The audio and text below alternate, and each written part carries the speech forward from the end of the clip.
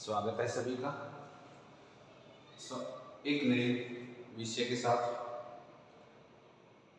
और इस व्याख्यान का विषय है ओम प्रकाश वाल्मीकि का जीवन एवं साहित्यिक दृश्य।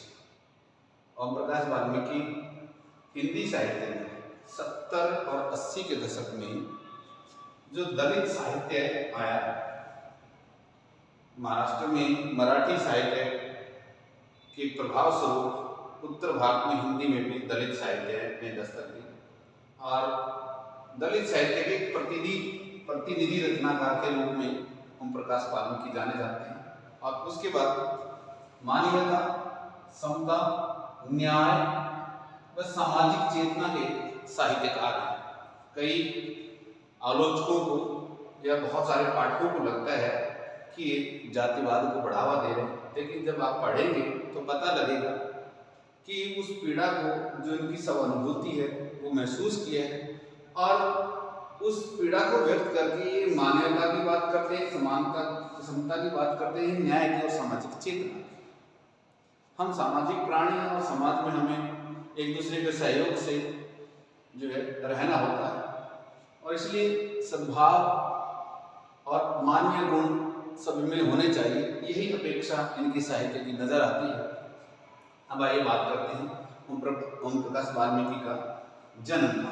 इनका जन्म 30 जून 1950 को बरला गांव में 30 जून 1950 को बरला गांव, मुजफ्फरनगर जिला, उत्तर प्रदेश राज्य में इनका जन्म हुआ। बरला गांव है, मुजफ्फरनगर जिला है और उत्तर प्रदेश राज्य है। अब आइए बात करते हैं ओम प्रकाश वाल्मीकि के माता। इनके पिताजी का नाम श्री छोटन लाल और माता मुकुंदी देवी। माता का नाम मुकुंदी देवी और इनकी माता खुजरी गांव की, इसलिए इनको खुजरी वाली के नाम से पूरे गांव में जानते थे, खुजरी वाली के नाम से। और परिवार में ये 5 भाई बहन थे। और बचपन में जो जातीयता की उत्पीड़न की मार जो सही थी, चाहे वो स्कूल में हो, चाहे घर में हो, समाज में हो, गांव में हो, वो हर जगह जो उत्पीड़न उनको मिला था वो उनके हृदय पर कांच की लकीर की तरह बनी यानी छपी। वो हर समय उनको एहसास करवाते रहते थे उस उत्पीड़न का। वो वर्तमान में जीने का प्रयास करते, लेकिन भूतकाल का ने कभी उनका पीछा नहीं छोड़ा तमाम लोगों। अब आइए बात करते हैं ओम प्रकाश वाल्मीकि की शिक्षा। उनकी प्राथमिक शिक्षा बरला गांव में हुई और बड़ा गांव था तो वहाँ बरला इंटर कॉलेज है तो वहाँ उन्होंने इंटर पास किया, जिसको +2 कहते हैं। बाद में वो डीएवी कॉलेज देहरादून में गए, वहाँ उन्होंने अध्ययन किया और एमए हिंदी विषय से किया। ये हेमवती बहुगुणा गढ़वाल श्रीनगर उत्तराखंड में है। कई विद्यार्थियों को ये लगेगा कि ये श्रीनगर तो जम्मू कश्मीर में पड़ता है, लेकिन यहाँ पर भी श्रीनगर गढ़वाल श्रीनगर के नाम से जानते हैं। तो ये पूरा जो है यूनिवर्सिटी है हेमवती बहुगुणा गढ़वाल श्रीनगर विश्वविद्यालय से इन्होंने एमए हिंदी पास किया। और जब इन्होंने +2 किया था तो उसके बाद जो है ये देहरादून में ऑर्डिनेंस फैक्ट्री में ड्राफ्टमैन, +2 की नौकरी के बाद, +2 के बेस पे ये नौकरी लगे थे, ड्राफ्टमैन की नौकरी। और इसी नौकरी के बलबूते पर ये चंद्रपुर महाराष्ट्र में गए और महाराष्ट्र में वहाँ बहुत सारे दलित साहित्यकारों से, दलित आंदोलन से जुड़े विभिन्न चिंतकों से मिले और ये फिर आत्मकथा लिखने पर जो है ये प्रेरित हुए और इन्होंने अपनी आत्मकथा जोधन लिखी और यहीं से इनका साहित्यकार का सफर शुरू होता है। लेकिन उसके बाद ये ऑर्डिनेंस फैक्ट्री देहरादून में जो रक्षा मंत्रालय के अंतर्गत आती है उसमें ही एक अधिकारी के रूप में रहे और पेशे से ये अधिकारी थे। उनके साथ ये एक अच्छे सफल अभिनेता, निर्देशक और अच्छे साहित्यकार भी हैं ओम प्रकाश वाल्मीकि। अब इनके सम्मान कौन कौन से मिले इसके पर बात करते हैं। ओम प्रकाश वाल्मीकि को इनकी रचनाओं पर डॉक्टर अंबेडकर सम्मान मिला है, कथाक्रम सम्मान मिला है और न्यू इंडिया बुक पुरस्कार इनको मिला। और प्रसिद्ध और मान्यता और सामाजिक चेतना के पक्षधर साहित्यकार 17 नवंबर 1913 को कैंसर की बीमारी के कारण हमसे विदा हो गए, इनका निधन हो गया। और हमारे लिए वास्तविकताओं से भरा हुआ, मानवीय उत्पीड़न से भरा हुआ, सामाजिक न्याय की मांग करता, समता की बात करता, मानवता की बात करता वो साहित्य हमारे बीच में छोड़ गए। और उनकी प्रमुख रचनाएं हैं झूठन, जो इनकी आत्मकथा है। और ये झूठन नाम जो है राजेंद्र यादव जी ने ये नाम दिया है। जब ये आत्मकथा लिख के उनके पास गए तो उन्होंने पढ़ा और सारी आत्मकथा को पढ़कर ये नाम झूठन, राजेंद्र यादव हिंदी के प्रसिद्ध साहित्यकारों में से एक हैं, उन्होंने ये नाम दिया। और इनकी जो कहानी है सलाम कहानी, घुसपैठी, बिरमा की बहू, ग्रहण, 25 चौका 150, ये कहानियां हैं प्रसिद्ध कहानी। सदियों का संताप अब और नहीं, बस बहुत हो चुका, ठाकुर का कुआं, ये इनकी प्रसिद्ध कविताएं हैं। और दलित साहित्य का सौंदर्य शास्त्र, जिसकी बहुत आवश्यकता थी दलित साहित्य को, इसका सौंदर्य शास्त्र ये आलोचनात्मक पुस्तक है, समीक्षात्मक पुस्तक जिसको हम कह सकते हैं, ये ओम प्रकाश वाल्मीकि जी ने लिखी। अब आइए बात करते हैं उनके साहित्य की प्रमुख विशेषताओं के बारे में कि क्या क्या है। सबसे पहले आता है दलित विमर्श। 70-80 के दशक में जो विमर्श का साहित्य चला, और विमर्श में भी दलित विमर्श हिंदी विषय में मराठी भाषा है, वहाँ जो दलित चेतना और वहाँ बहुत सारी आत्मकथाएं, कथा कहानियां लिखी गई, उनके प्रभाव से जब ये चंद्रपुर महाराष्ट्र में थे तब ये लिखने लगे। तो दलित विमर्श में जो सामाजिक और सांस्कृतिक जो आक्रोश, सामाजिक सांस्कृतिक न्याय की जो बात करते हैं, मानवता की जो बात की जाती है, जो उत्पीड़न, जो जाति मार, वर्ण व्यवस्था की मार, पितृसत्ता की मार जो इन्होंने सही है, वो सारे सवाल इनके साहित्य में देखने को मिल जाते हैं। ठाकुर का कुआं जो इनकी प्रसिद्ध कविता, उसमें देखेंगे। सलाम कहानी में देखेंगे कि कैसे एक दलित वर्ग को, दूल्हे को अपने दुल्हन पक्ष के घरों में जाकर सबको सलाम करना पड़ता है, पैर छूने पड़ते हैं और उनके घरों से मांगना पड़ता है दुल्हन के परिवार के लिए। तो बहुत कई सारी ऐसी प्रथाएं हैं जिनका विरोध इन कहानियों में किया गया है। और जो जातीयता की मार है, वो जो पीड़ा है, वो तमाम उम्र जो है इन्होंने अपने साहित्य में बयां की। और विभिन्न जगहों पर जब भी वो जाते थे तो उसके बारे में वो बात करते थे। ऐसा बहुत सारे जो है व्याख्यानों को पढ़कर पता चलता है कि वो उस पीड़ा को महसूस करते रहे। और दलित विमर्श की बात इनकी हर कविता, कहानी और यहाँ जो झूठन इनकी आत्मकथा है वो भरी भरी पड़ी। अब उसके बाद बात करते हैं सहानुभूति साहित्य। जब दलित साहित्य आया, दो बातें विशेषकर सामने है कि एक तो है सहानुभूति, एक होता है सहानुभूति। अब सहानुभूति का साहित्य निराला ने तोड़ती पत्थर, विधवा, इस प्रकार की जो कविताएं लिखी। और इसी बहुत सारे जो दलित वर्ग के पात्रों को लेकर प्रेमचंद जी ने साहित्य लिखा, बड़ी बात थी। लेकिन वो सहानुभूति थी, वो पीड़ा जो एक दलित ने सही, ओम प्रकाश वाल्मीकि ने सही, वो खुद ही लिख सकते थे। वो सब अनुभूति का, सो पीड़ा का, जिस तन लागे उस तन जाने, ये बात जो है सब अनुभूति। इन्होंने जो साहित्य लिखा है इसका सलाम कहानी, जब आप झूठन को पढ़ेंगे तब पता लगेगा कि ओम प्रकाश वाल्मीकि जब अपने मित्र की शादी 9th क्लास में पढ़ते थे और मित्र की शादी में गए थे, तब उन्होंने इस प्रथा का उल्लेख किया और उससे प्रभावित होकर ये कहानी लिखी। ग्रहण के समय जो वाल्मीकि जाति के लोग जो है भीख मांगते थे, उसके ऊपर ये कहानी लिखी। बिरमा की बहू, इनकी सब 25 चौका 150 जो उनके व्यक्तिगत जीवन की ही कहानी है, जो और उसके बाद है झूठन इनकी आत्मकथा। ये सारे ही कहानियां और आत्मकथाएं, कविता सब अनुभूति की जो पीड़ा इन्होंने जीवन भर भोगी है, बचपन से युवावस्था तक, युवावस्था से वृद्धावस्था तक भी जो है अंतिम दिनों तक ये पीड़ा भोगते रहे। कहीं ना कहीं भेदभाव का शिकार ये रहे हैं। और वो जो पीड़ा है जो स्वयं अनुभव की, उस अनुभव को इन्होंने अपनी जो है साहित्य में व्यक्त किया है। उसके बाद सामाजिक विसंगतियों का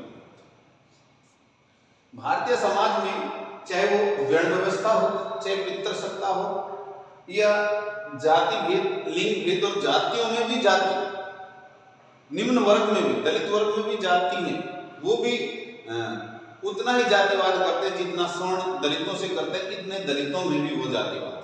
और इसके अलावा जो वर्ग व्यवस्था, आर्थिक आधार पर जो मान्यता का विभाजन किया गया, उस मान्यता के विभाजन के खिलाफ ये लिखते हुए दिखाई पड़ते हैं। और जो समाज में जो विसंगतियां हैं, चाहे वो वर्ण व्यवस्था है, जाति व्यवस्था है, जो विभिन्न हमारे संतों ने, महात्माओं ने, महान पुरुषों ने जो 18वीं-19वीं शताब्दी में जो सामाजिक धार्मिक आंदोलन के जो महान संचालक थे, महान पुरुष थे, उन्होंने जो इन सब विसंगतियों को दूर करने का प्रयास किया। लेकिन ये 20वीं-21वीं सदी में, तो आज भी विज्ञान के युग में ये यूं की यूं बनी हुई है, और इन सब का उल्लेख अपने साहित्य में किया है, और वो विरोध करते हुए दिखाई पड़ते हैं। चाहे आप सलाम कहानी पढ़ें, झूठन इनकी आत्मकथा पढ़ें, घुसपैठिये पढ़ें, बिरमा की बहू, ग्रहण, 25 चौका 150 में, और विसंगतियों का विरोध करते हुए दिखाई पड़ते हैं। उसके बाद है मानवता व सामाजिक न्याय की मांग। बहुत सारे लोगों को या आलोचकों को ये लगता है कि ओम प्रकाश वाल्मीकि या दलित साहित्यकार सवर्ण जातियों के खिलाफ लिखते हैं, पर जब आप उनके साहित्य को पढ़ेंगे तो उनमें एक अपेक्षा आपको नजर आएगी, और वो अपेक्षा, वो उम्मीद, वो यही है कि वो मानवता की बात करते, कि वो ये कह रहे हैं कि हम भी इंसान हैं, हमें वो किसी से बदले की वैर भावना से नहीं लिख रहे, हम सिर्फ अपनी पीड़ा बता रहे हैं कि हमारे ऊपर मार पड़ी है, हम रो रहे हैं। कई लोग कहते हैं कि ये हाय का साहित्य है। हाँ, हाय का साहित्य है कि जिसको मार पड़ी हो, जिसकी ने पीड़ा सहन की हो, क्या वो रो भी नहीं सकता? वो रोने का साहित्य है, और रोते वो अपेक्षा करता है कि भाई यहाँ और ना मार, और मार ना दी जाए, बस बहुत हो चुका है, अब नहीं होनी चाहिए ऐसे। यानी वो मानवता के गुण जो होने चाहिए। हमारा देश आजाद हो चुका है, हम आजाद देश के वासी हैं, और आजादी के बाद भी 70-80 के दशक में ओम प्रकाश वाल्मीकि ने इतनी पीड़ा सही, जो एक तरह से एक लोकतंत्र के ऊपर कलंक दिखाई पड़ता है कि आज भी हमारे देश में जातीयता, लिंग भेद, पितृसत्ता, वर्ण व्यवस्था, ये सारी विसंगतियां, और इन विसंगतियों के बीच फिर भी वो उसका उनका जो आक्रोश है, वो आक्रोश है कि मानवता का भाव हमारे भारतीय लोगों में होना चाहिए, और सबको जो है सामाजिक न्याय मिलना चाहिए, सब समाज में बराबरी चाहिए। ये अपेक्षा इनके साहित्य में नजर आती है। उसके बाद है ग्रामीण जीवन का यथार्थ चित्र, जैसा जीवन जिया वैसा ही कहानियों में व्यक्त करते हैं। चाहे सलाम कहानी हो, बिरमा हो, बिरमा की बहू, 25 चौका 150 हो, ये सारे के सारे 25 चौका 150 में जो शिव नारायण मास्टर जो उसको जाके ताकि गालियां जो देता है, वो यूं की यूं लिख दी। ओम प्रकाश वाल्मीकि ने कहीं पर भी ये नहीं सोचा है कि भाई ये गाली मैं लिखूंगा तो लोग मेरे बारे में क्या सोचेंगे। उनको अशास्त्रीय भाषा या पता नहीं क्या क्या उनके ऊपर जो है आरोप लगाए जाएंगे, पर वास्तव में जब तक उन घटनाओं को, उस उत्पीड़न को, उस अन्याय के लिए वो शब्दावली जिसको कथित भोंडे या भूंडे या गंदे या अपशब्द या अशास्त्रीय शब्द इत्यादि नाम दिए जाते हैं, उन शब्दों से परहेज नहीं किया ओम प्रकाश वाल्मीकि ने। तो 25 चौका 150 कहानी में और झूठन में भी जो उन्होंने वर्णन किया है, तो वो सारे जो वो गालियां, वो अशास्त्रीय शब्द, वो यूं के तोड़ दिए हैं, वो छोटे छोटे स्वार्थ गांव के लोगों के वो शोषण करना, वो गांव में निम्न जाति के लोगों पर काम करवाकर उनकी मजदूरी न देना, बेकार करवाना, बेवजह ही किसी कोतूहल या जिज्ञासा वशी किसी को ऐसे ही मारपीट देना, वो सारे यथार्थ इनकी कहानियों में, कविताओं में दिए हुए हैं। ठाकुर का कुआं जब कविता पढ़ते हैं तो पता लगता है कि कुआं एक है और उसकी जो है बाल्टियां अलग अलग हैं, और वो भी जातियों में बटा हुआ।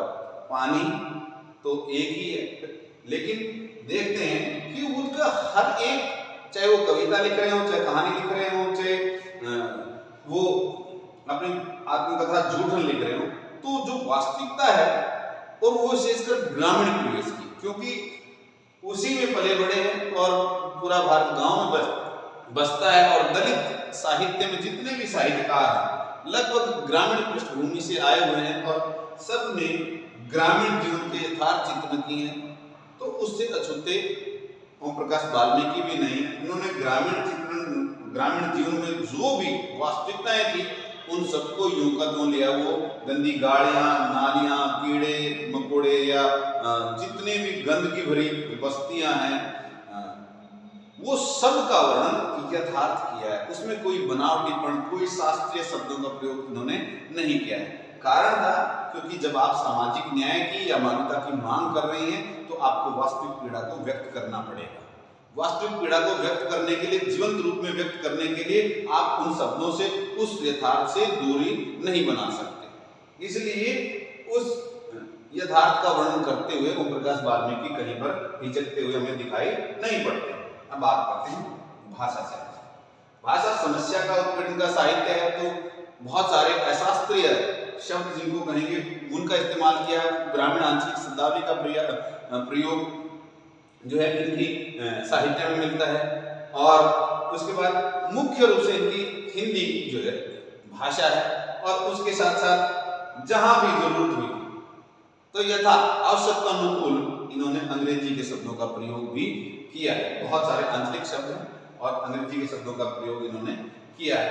और शैली की अगर बात करें तो ये वर्णन, विश्लेषण और मनोविश्लेषण और बहुत जगह भावात्मक है कि आपके रोंगटे खड़े हो जाएंगे कि बहुत बार ऐसे भावों का वर्णन ओम प्रकाश वाल्मीकि जी करते हुए नजर आएंगे कि आप देखें कि इंसान के साथ ऐसा भी अन्याय होता है।